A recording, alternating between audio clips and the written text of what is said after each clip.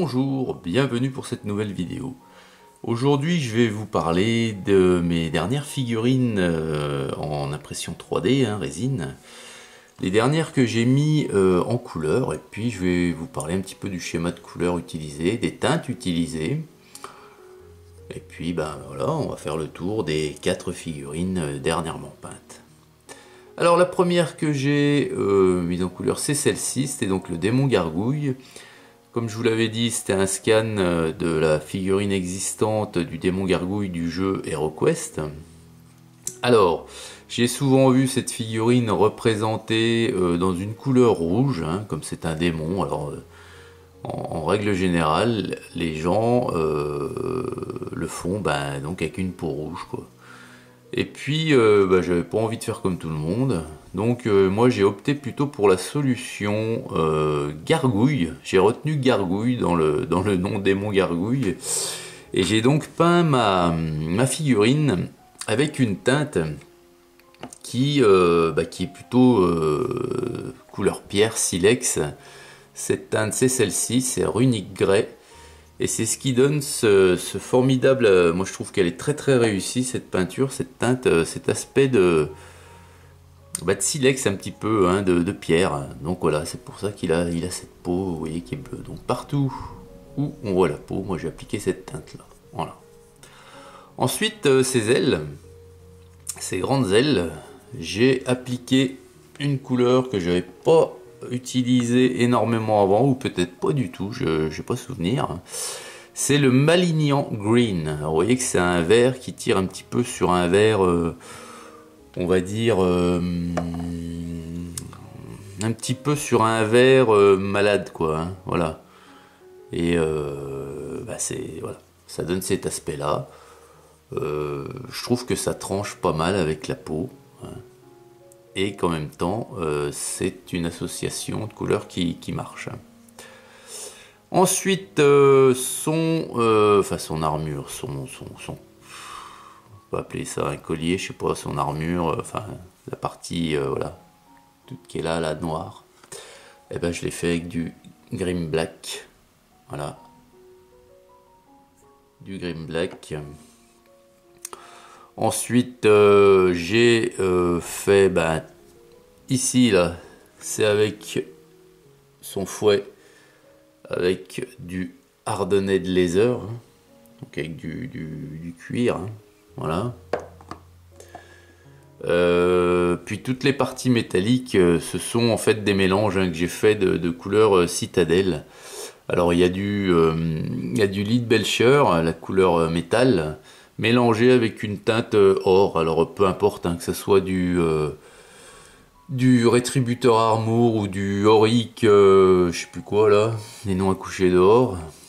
Ça fait, voilà, après c'est vous qui créez votre dosage. Plus vous mettez de l'argenté, vous voyez, plus dans l'or, plus ça fera ce style là très clair. Donc ensuite moi j'y ai rajouté de l'encre, de l'ancrage citadelle, du Seraphim Sepia, mais plus ça fera clair, vous voyez, comme sur les arêtes. Et moins vous mettez d'argenté, plus ça fera vraiment doré, quoi, comme sur l'intérieur de son armure.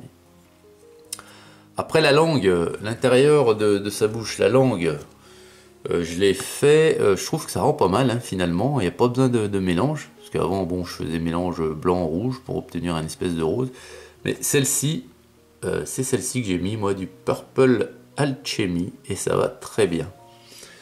Très très bien. Et pour les dents, et toutes les parties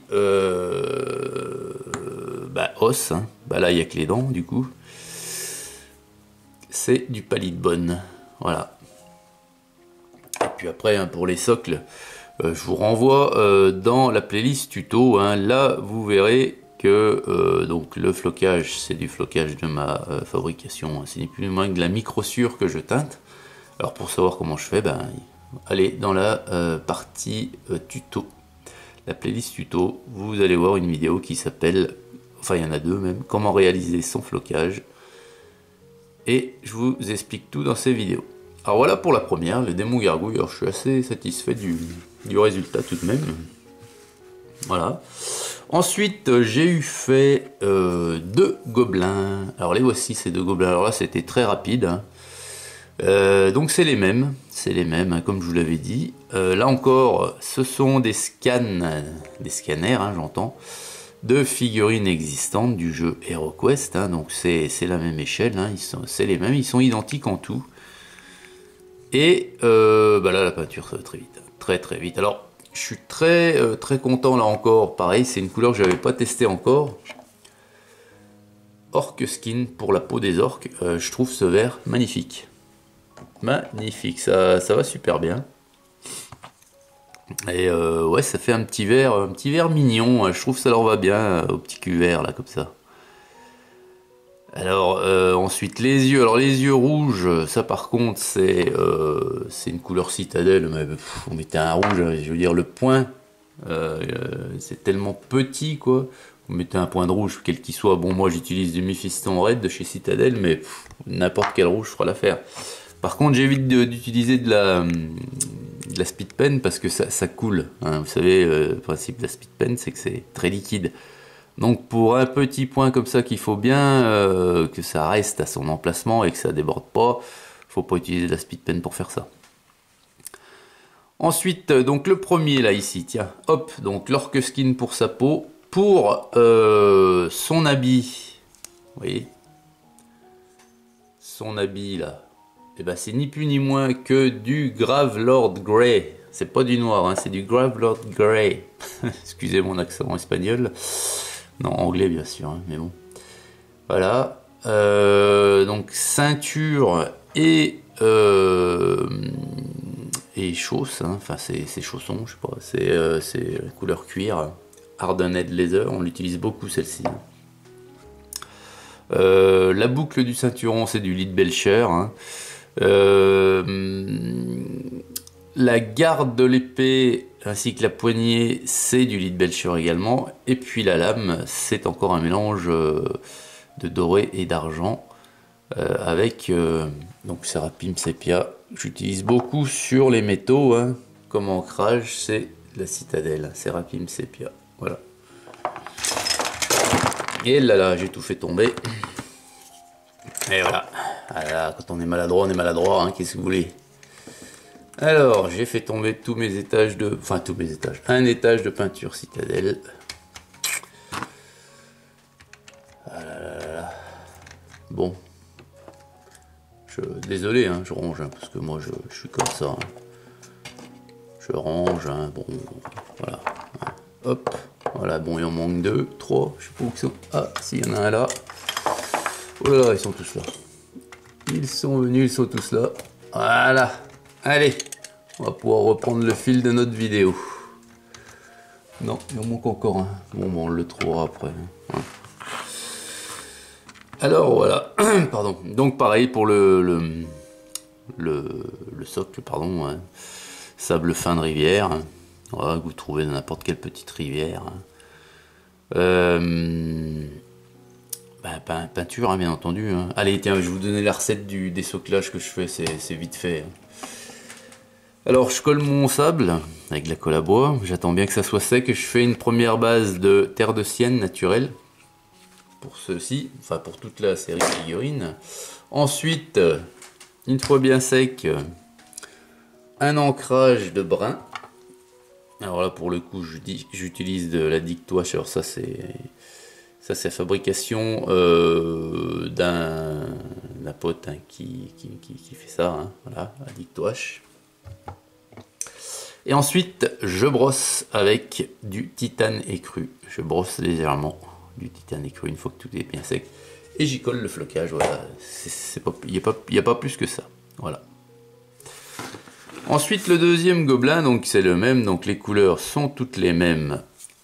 Bah, pour la peau, hein. Pour le manche de la hache, j'ai donc utilisé du Sand Golem. Pour une fois, j'ai pas utilisé la couleur bois Darkwood, Sand Golem. Voilà. Pour le tranchant de la hache, pour le fer de la hache, hein, ben, c'est ce que je vous dis, c'est le fameux mélange argent doré de chez Citadel. L'habit ici a été fait en Zealot Yellow. Voilà.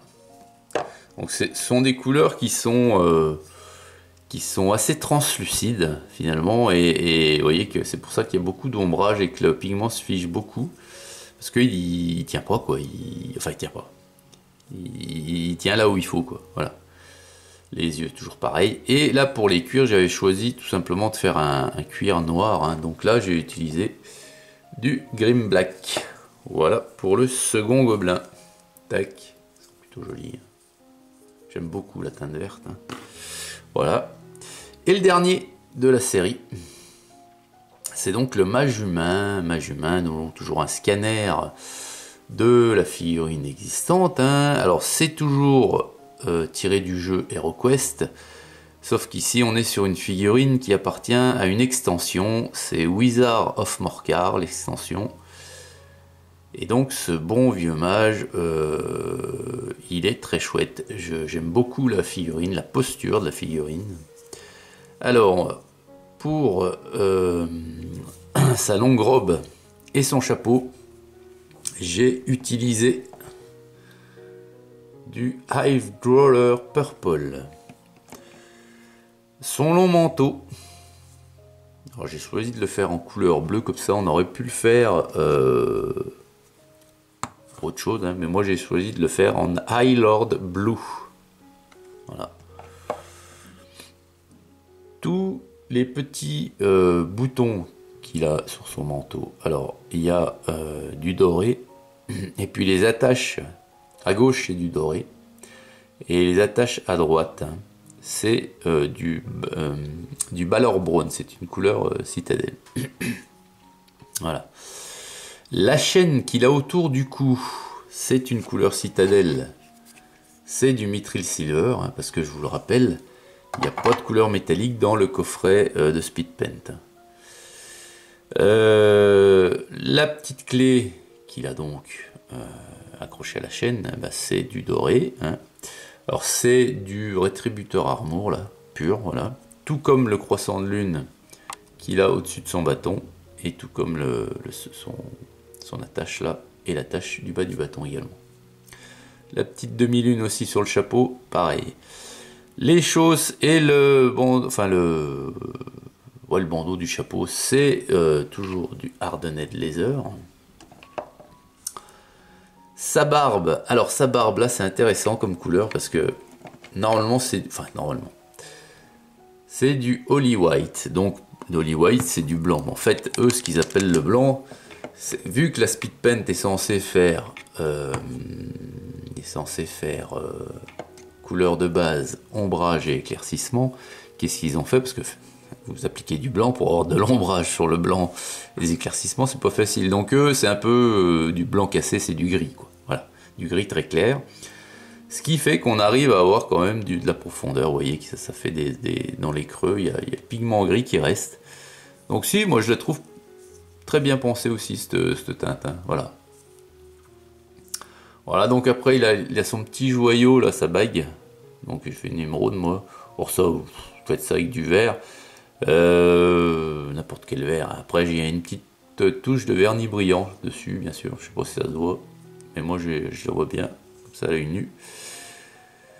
Et puis voilà, hein. Voilà, c'est à peu près tout. Vous voyez, il a quand même fière allure ce mage, et il n'y a pas énormément de couleurs. Voilà. Voilà les amis, c'est donc la dernière fournée. Attends, je vais pas les échapper encore parce que voilà. Mes 4 dernières réalisations de mes prints 3D résine. Donc les suivantes sont imprimées déjà, hein, depuis le week-end dernier. Donc je vais vous les présenter également à l'état brut. Et il y a une prochaine fournée. Une prochaine séance d'impression qui aura lieu ce week-end. Voilà, bah écoutez, j'espère que cette petite vidéo vous a plu. Je vous souhaite une excellente journée à toutes et à tous, et je vous dis à très vite pour la prochaine. Hugues.